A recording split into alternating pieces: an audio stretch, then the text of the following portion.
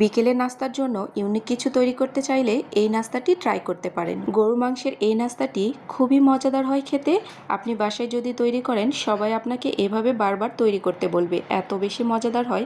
বাসায় একবার হলেও এভাবে রেসিপিটি দেখে তৈরি করবেন। এই নাস্তাটি তৈরি করার জন্য এখানে নিয়েছি গরুর মাংস, আর মাংসগুলোকে একটু ছোট টুকরো করে কেটে নিয়েছি। এখন এর মধ্যে দিয়ে নিয়েছি কিছুটা পেঁয়াজ কুচি, স্বাদ মতো লবণ। এরপর এর মধ্যে কিছু গুঁড়া মশলা দিয়ে নেব। প্রথমে দিয়ে নিচ্ছি গরম মশলা 1/4 চা চামচ পরিমাণ, দিয়ে নিচ্ছি ধনিয়া গুঁড়াও 1/4 চা চামচ পরিমাণ, হলুদ দিয়ে নিচ্ছি অল্প একটু, স্বাদ মতো নিয়ে নিচ্ছি লাল মরিচের গুঁড়ো। ঝালের পরিমাণটা একটু বেশি দিলে এটা খেতে বেশি ভালো লাগে। এরপর দিয়ে নিয়েছি অল্প একটু কালো গোলমরিচের গুঁড়ো, একটা দারুচিনি, একটা সাদা এলাচ আর একটি তেজপাতা। এরপর আদা রসুন বাটা দিয়েছি 1.5 টেবিল চামচ পরিমাণ, আর সাথে নিয়েছি কিছুটা তেল। আমি এখানে 4 টেবিল চামচের মতো রান্নার তেল দিয়ে নিয়েছি। এখন সবগুলোকে একটা প্রেসার কুকারে দিয়ে ভালো মতো করে সেদ্ধ করে নেব। তো সেদ্ধ করার পরে ফিরে আসছি। তো আমি মাংসগুলোকে পুরোপুরি সেদ্ধ করে একদমই পানি শুকিয়ে নিয়েছি।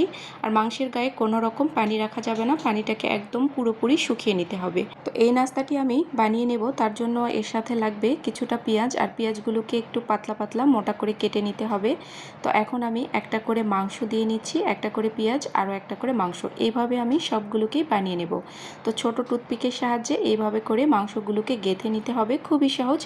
সবগুলো নাস্তা একই রকমভাবে বানিয়ে নিয়েছি। আপনারা চাইলে এগুলোকে ডিপ ফ্রিজেও সংরক্ষণ করে রেখে দিতে পারেন, পরবর্তীতে বের করে ভেজে নিলেই হবে। তো এরপর একটা বাটির মধ্যে নিয়ে নিচ্ছি 2 টেবিল চামচ পরিমাণ চালের গুঁড়া, 2 টেবিল চামচ পরিমাণ ময়দা, আর এর সাথে নিয়ে নেব 2 টেবিল চামচ পরিমাণ কর্নফ্লাওয়ার। কর্নফ্লাওয়ার হাতের কাছে না থাকলে না দিলেও হবে। তো আমি সবগুলোই সমপরিমাণ ব্যবহার করেছি। এখন এগুলোর মধ্যে কিছু গুঁড়া মশলা দিয়ে নেব। অল্প কিছুটা দিয়েছি গরম মশলার গুঁড়ো। এরপর এর সাথে দিয়ে নিচ্ছি একটু ঝাল ঝাল করার জন্য লাল মরিচের গুঁড়ো, একটু বেশি করে দিয়েছি, আপনারা এখানে বাড়িয়ে কমিয়ে নিতে পারেন। সামান্য একটু হলুদের গুঁড়োও দিয়ে নিয়েছি, আর সাথে নিয়েছি চাট মশলা। আর এখানে একটু লবণও ব্যবহার করতে হবে, স্কিপ হয়ে গেছে, আপনারা অবশ্যই লবণটা ব্যবহার করবেন। এখন অল্প অল্প করে পানি দিয়ে ঘন একটা ব্যাটার তৈরি করে নেব। তো এখানে পানির পরিমাণটা আমি বলছি না, এখানে কম বেশি লাগতে পারে। অল্প অল্প করে পানি দিয়ে ব্যাটারটাকে ঘন করে তৈরি করে নিতে হবে। তো দেখুন চামচের গায়ে এরকম লেগে থাকবে। তো আমি একটু আপনাদেরকে কাছ থেকে দেখিয়ে দিচ্ছি, এইভাবে ব্যাটারটাকে তৈরি করে নিতে হবে। তো এখন নাস্তাগুলোকে ভেজে নিতে হবে। এইভাবে ব্যাটারের মধ্যে ডিপ করে একটা একটা করে নাস্তাগুলোকে তেলের মধ্যে ছেড়ে দিতে হবে। এইভাবে যদি একবার আপনারা গরু মাংসের এই নাস্তাটি তৈরি করেন, দেখবেন সবাই বলবে এভাবেই বারবার তৈরি করে দিতে। এটা খেতে অনেক বেশি দুর্দান্ত হয়, আর এটা ভাজতেও অনেক বেশি সময় লাগে না, যেহেতু মাংসগুলো আগে থেকেই কুক করা রয়েছে। তো এপাশ ওপাশ উল্টিয়ে 3 থেকে 4 মিনিট মিডিয়াম আঁচে এগুলোকে ভেজে নিতে হবে। দেখতেও কতটা লোভনীয় হয়েছে, তাই না?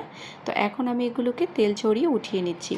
আর এগুলো ভাজতে খুবই অল্প সময় লাগে, অল্প সময়ের মধ্যে অনেকগুলো ভেজে নেওয়া যায়।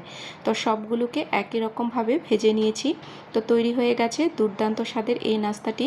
আপনারাও বাসায় একবার হলে ট্রাই করে দেখবেন। যদি রেসিপিটি আপনাদের কাছে একটুও ভালো লেগে থাকে অবশ্যই শেয়ার করে দেবেন, যাতে অন্যরাও দেখে তৈরি করে নিতে পারে। এই পর্যন্তই। আল্লাহ হাফিজ। আসসালামু আলাইকুম।